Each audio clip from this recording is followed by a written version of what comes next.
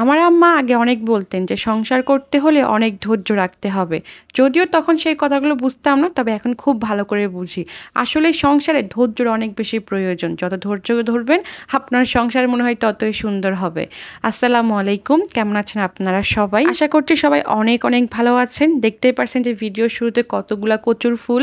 আমি কিন্তু এর আগের ভিডিওগুলোতে শেয়ার করেছিলাম যে আমার হচ্ছে এনে আধা কেজি করে এনে আমি 2 ভাগ করে রাখতাম। সেগুলো আস্তে আস্তে আমি হচ্ছে ভর্তা করে খেতাম। প্রথমে সিদ্ধ করে ডিবে রেখে দিতাম। আমার জামাই যে এই ভর্তার মধ্যে কি এমন মজা পাইছে আমি নিজেও জানি না।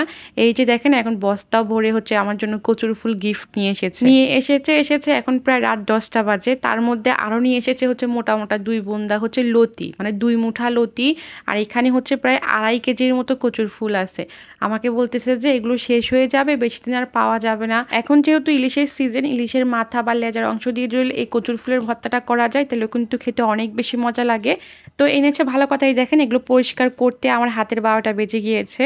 আর আমি হচ্ছে এগুলোকে এনে 2 চুলায় বসিয়ে দিয়েছি। এক পাতিলে বসালে দেখা যাবে নাড়াচাড়া করা যাবে না।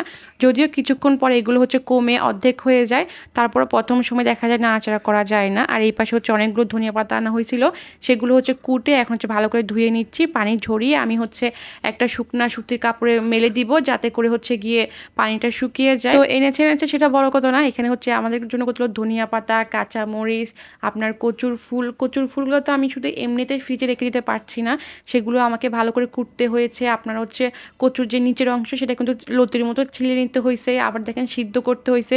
কিছুটা যে প্রসেসিংয়ের ব্যাপার সেটাও কিন্তু আছে। এগুলো করতে করতে প্রায় রাতের 12টা বেজে গিয়েছে। আর এই যে অনেকগুলো মশলা নিয়ে আসা হয়েছে, বাসায় কিন্তু মশলা একেবারে শেষ হয়ে গিয়েছিলো, বিশেষ করে মরিচের গুঁড়ি।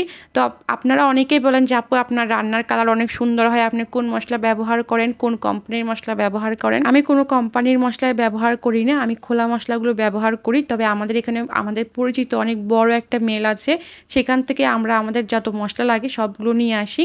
আর আপনারা হয়তো চিনবেন না, আমি যেহেতু চট্টগ্রামে থাকি, তবে চট্টগ্রামে যদি কেউ থাকেন বা জানতে চান সেই ক্ষেত্রে আমি সেই ঠিকানাটা বলে দিতে পারি। আর এই যে একে একে হচ্ছে মশলাগুলো সবগুলো গুছিয়ে নিচ্ছি। এখানে হচ্ছে গরম মশলার গুঁড়ি, জিরার গুঁড়ি, ধনিয়ার গুঁড়ি, এই তো সবগুলো মশলা হচ্ছে বয়মে রেখে দিব। তাছাড়াও কিন্তু একটা মশলার বাটা আছে যেটা কিনা আমি সবসময় রান্নার মধ্যে ব্যবহার করি। আর হচ্ছে গিয়ে যে বাড়তি মশলাগুলো আছে সেগুলো সবগুলো একটা বড় বয়মে ভরে রেখে দিব, যখন যতটুকু লাগবে বের করে রাখবো, মানে ব্যবহার করবো আর কি। এই যে এই বড় বয়মটাতে রেখে দিলাম।